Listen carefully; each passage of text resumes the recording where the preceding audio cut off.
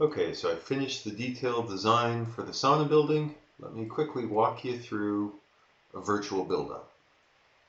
We'll start with the foundation, raise the frame on top of that, then the rafters go up, build a little stone hearth that's going to go behind where the wood stove is going to sit, install a sill, put the roof deck on top, keep the rain off, build up the interior walls, which include tongue and groove white cedar siding for the sauna.